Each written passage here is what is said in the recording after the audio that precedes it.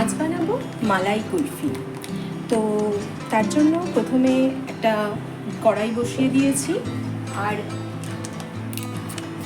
কড়াইটা গরম হয়ে গেলে তাতে দেব 1/2 লিটার দুধ। ফুল ক্রিম হলে দুধটা খুব ভালো হয়, কারণ এটাকে তো আমি ঘনই করব একটু।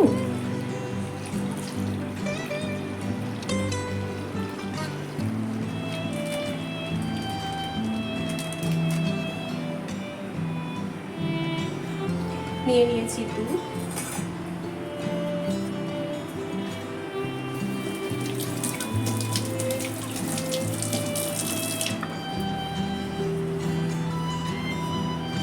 দুধটাকে আমি জাল দিয়ে একটু ঘন করে নেব, মানে 1/2 লিটার দুধকে অর্ধেক করে নেব।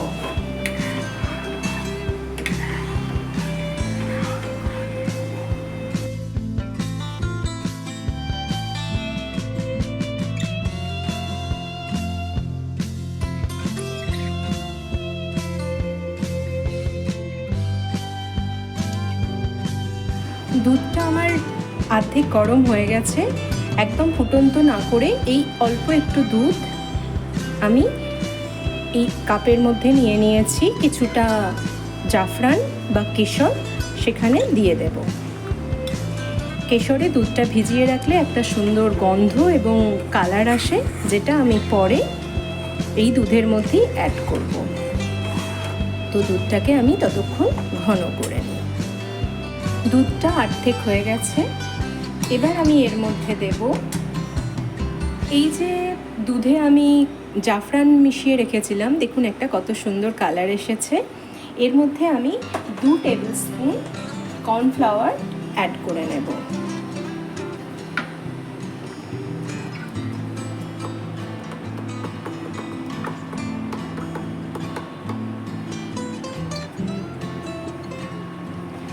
দিয়ে ভালো করে কর্নফ্লাওয়ারটা ওই দুধের মধ্যে মিশিয়ে নেব, যাতে কোনো লাম্পস না থাকে।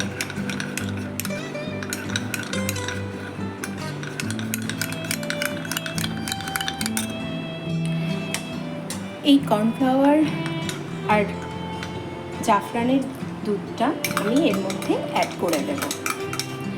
অ্যাড করার সঙ্গে সঙ্গে অবশ্যই এটাকে ভালোভাবে নাড়ানাড়ি করতে হবে। এইভাবে নেড়ে চেড়ে এটাকে বেশ কিছুক্ষণ নাড়াতে হবে, তাতে এটা আরও ঘন হয়ে যাবে। আর এই অবস্থায় গ্যাসটা কিন্তু একদম সিমে রেখে দেবেন। আর এর মধ্যে অ্যাড করব এখানে আমন্ড আর কাজু, গোটা আটেক আমন্ড আর গোটা আটেক কাজু আমি একদম মিহি করে পেস্ট করে নিয়েছি।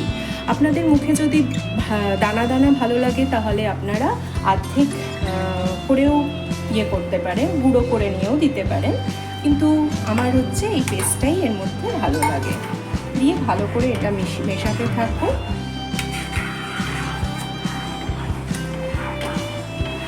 এইভাবে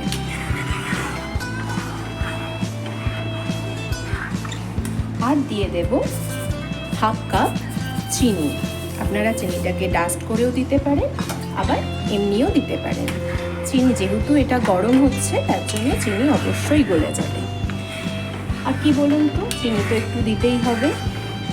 বাইরের কেনা আইসক্রিমে ফুল ক্রিম থাকে, যেটা স্বাস্থ্যের জন্য মোটেই ভালো না। আইসক্রিমটা যদি স্বাস্থ্যের জন্য ভালো না খুব একটা, কিন্তু বাড়ির বাচ্চারা কেন, বড়রাও আইসক্রিম খেতে ভীষণ পছন্দ করে। আর এই প্রচণ্ড গরমে আইসক্রিমটা বডিকে শান্তি না দিক, মনকে অবশ্যই শান্তি দেয়। তাই এইভাবে আপনারা কুলফি বাড়িতে বানিয়ে অবশ্যই খেয়ে দেখতে পারেন। তাতে মনের স্বাদও মিটবে আর স্বাস্থ্যেরও দিকটা দেখা যাবে। তাই একটু চিনি তো অ্যাড করতেই হবে। তো এইভাবে নেড়ে নেড়ে আমি এটাকে আর একটু ঘন করে নেব। এই দেখুন আমার দুধটা কতটা ঘন হয়ে গেছে। এবার এটাকে আমি ঠান্ডা করতে দেব। ঠান্ডা হলে এটা আরও একটু ঘন হয়ে যাবে। যত ঘন হবে তত এটা জমবেও তাড়াতাড়ি এবং খেতেও ভালো লাগবে। তাই এবার এটাকে ঠান্ডা করতে দেব আমি। আমার মালাই কুলফির দুধ অলরেডি ঠান্ডা হয়ে গেছে। এবার আমি এটাকে কুলফির আকারে কিভাবে ভরি সেটা দেখুন। এরকম প্লাস্টিকের যে জলের গ্লাস হয় সেই জলের গ্লাসও নিতে পারেন। আপনারা কফি যে কাগজের কাপ হয় সেটাও নিতে পারেন।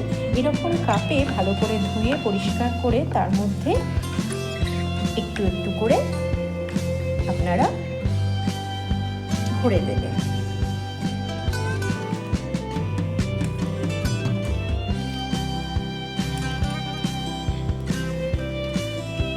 এই যে আমি ভরে দিলাম। এবার এটার মধ্যে একটা এরকম কাগজ বা প্লাস্টিক আপনারা দিয়ে দেবেন, দিয়ে একটা গার্ডার দিয়ে মাথাটাকে বন্ধ করে দেবেন। আর একটা এরকম কাঠি কিংবা টুথপিক যাই হোক সেটা কাঁচি দিয়ে এরকম ফুটো করে এরকম ঢুকিয়ে দেবেন। তাতে কি হবে, এটা সোজা হয়ে থাকবে। এবার আপনারা এটাকে ডিপ ফ্রিজে 10 থেকে 12 ঘন্টার জন্য রেখে দেবেন। তারপর বার করে আপনারা খেতে পারেন। একদম পুরো দোকানের মতো কুলফি রেডি হয়ে যাবে। আপনারা বাড়িতেই খুব সহজে কুলফি বানিয়ে নিতে পারবেন। ওকে, এবার আমি এটাকে ফ্রিজে ভরে দেব 10 থেকে 12 ঘন্টার জন্য। কুলফি আমার রেডি।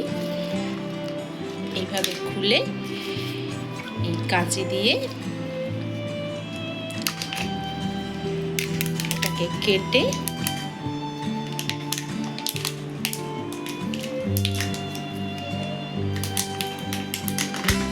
বার করে নিলেই হয়ে গেল আমাদের মালাই কুলফি।